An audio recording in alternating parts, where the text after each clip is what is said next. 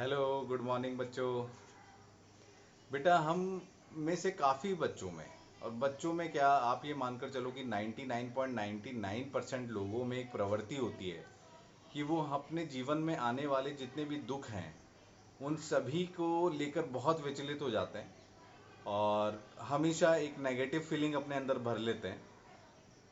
ईश्वर को कोसते हैं, अपने जीवन को कोसते हैं कि यार तूने मेरा जीवन कैसा बना दिया, ऐसा बना दिया, वैसा बना दिया, क्या दे दिया।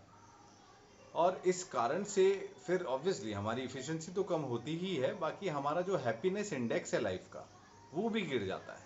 हम जहाँ उस पल को बहुत इंजॉय कर सकते थे, बहुत खुश रह सकते थे, उसी पल में हमने अपने अंदर एक नेगेटिव फीलिंग को जन्म दे दिया और उस नेगेटिव फीलिंग ने हमारे अंदर दुख भर दिया। तो जीवन जो है ना बेटा, आपको जीवन को समझना होगा, आपको लाइफ के परसेप्शन पर फिट बैठना होगा। मतलब आप लाइफ को किस तरीके से देखते हैं। लाइफ दुख नहीं देती, लाइफ इम्तिहान लेती है। सुना होगा तुमने वो गाना, जिंदगी इम्तिहान लेती है। सुना है?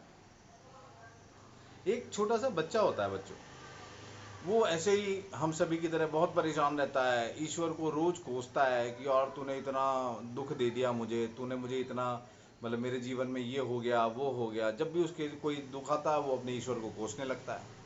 ईश्वर भी भाई साहब एक दिन परेशान हो जाते हैं कि यार ये कितना कोसता है मुझे। तो वो उसे एक दिन दर्शन देते हैं।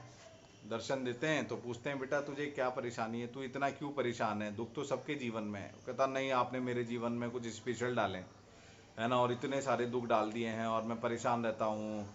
एक ख़त्म नहीं होता कि दूसरा आ जाता, दूसरा ख़त्म नहीं होता कि तीसरा आ जाता है। तो जब ईश्वर बहुत परेशान हो जाते हैं तो कहते हैं कि अच्छा बता तुझे क्या चाहिए। तो कहता है कि ईश्वर अगर आप दे सकते हो तो मेरे जीवन से सारे दुख निकाल दो। तो ईश्वर कहते हैं सोच समझ के मांगना जो तू मांग रहा है। तो कहता है हाँ मैं सोच समझ के मांग रहा हूँ।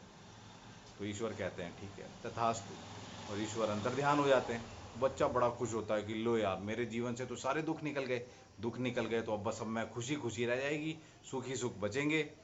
पर बहुत एक छोटा सा कंसेप्ट वो बच्चा भूल गया कि दुख और सुख दोनों एक साथ बंधे हुए हैं। ये रिलेटिव वर्ड हैं। अगर दुख नहीं है तो सुख भी नहीं है। सुख का आभास दुख के होने पर ही होता है। अगर आपने लो नहीं देखा तो आप अप को फील नहीं कर पाएंगे। Up is a relative word in comparison with low. अब ठीक है, उसे तो लगा कि भैया अब सुख ही सुख रहेगा। अब जैसे जैसे दुख समाप्त होने लगे वैसे ही वैसे सुख भी समाप्त होने लगे।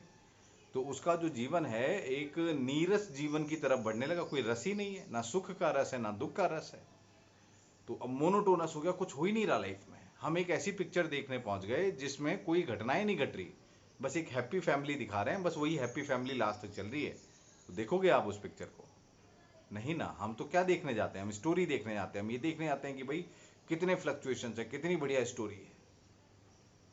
तो वैसी लाइफ हो गई। 5 से 6 दिन के अंदर वो बच्चा एकदम बोर हो गया। लाइफ में उसे मजा ही नहीं आ रहा, कह रहा है कि यार ये क्या हो गया, मतलब लाइफ में तो कुछ आनंद ही नहीं आ रहा, एकदम नीरस जीवन। उससे एक एक क्षण नहीं कट रहा क्योंकि भावनाएं खत्म हो गई। अब कुछ भी नहीं रहा लाइफ में, ना दुख रहे ना सुख रहा। तो उसे ऐसा लगने लगा यार ये क्या जीवन मांग लिया मैंने, और ये क्या हो गया मेरे साथ। फिर उसे अपने, मतलब जब उसने सोचा तो उसे सब समझ में आने लगा कि यार ये जो दुख थे तो दुख से ही तो सुख थे, और जो दुख थे वो दुख नहीं थे। अब उसने वापस ईश्वर को बुलाया। तो ईश्वर को बुलाया और उसने वही चीज़ कही कि ईश्वर आप, मैंने तो आपसे कहा था कि दुख हर लो, और मेरे तो सुख भी गायब हो गए। तो ईश्वर ने कहा कि बेटा वही कि दुख के बिना सुख नहीं, सुख के बिना दुख नहीं। और दुख है क्या, उन्हें अच्छे से समझो। स्ट्रगल है क्या? स्ट्रगल का कंसेप्ट है कि स्ट्रगल इज एन एग्जाम। ये लाइफ एक गेम की तरह होती है मेरे बच्चों, बर्थ से लेकर डेथ तक। इसमें अलग अलग स्ट्रगल रूपी अपॉर्चुनिटीज बोलेंगे हम उन्हें।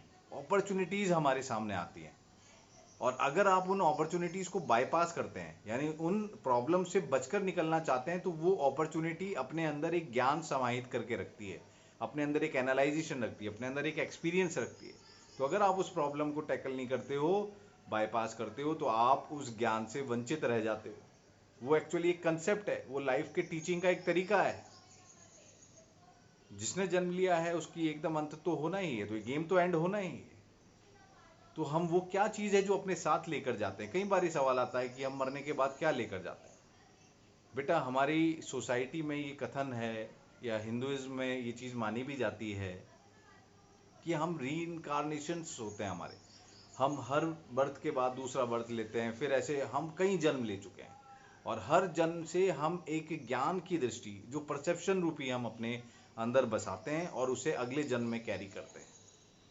ये हमारे शास्त्र कहते हैं और हम विश्वास करते हैं उन पर। यही तो लाइफ है, यही तो लाइफ का परसेप्शन है। और ये जो दुख है, ये दुख नहीं है, ये टीचर्स हैं बेटा। आपको कभी भी किसी भी स्ट्रगल को एज ए स्ट्रगल नहीं देखना, आपको उसे परेशानी के रूप में नहीं देखना, दुखों में नहीं देखना। आपको उसे एज ए अपॉर्चुनिटी देखना है कि ये अपॉर्चुनिटी मुझे क्या सिखा के जाएगी।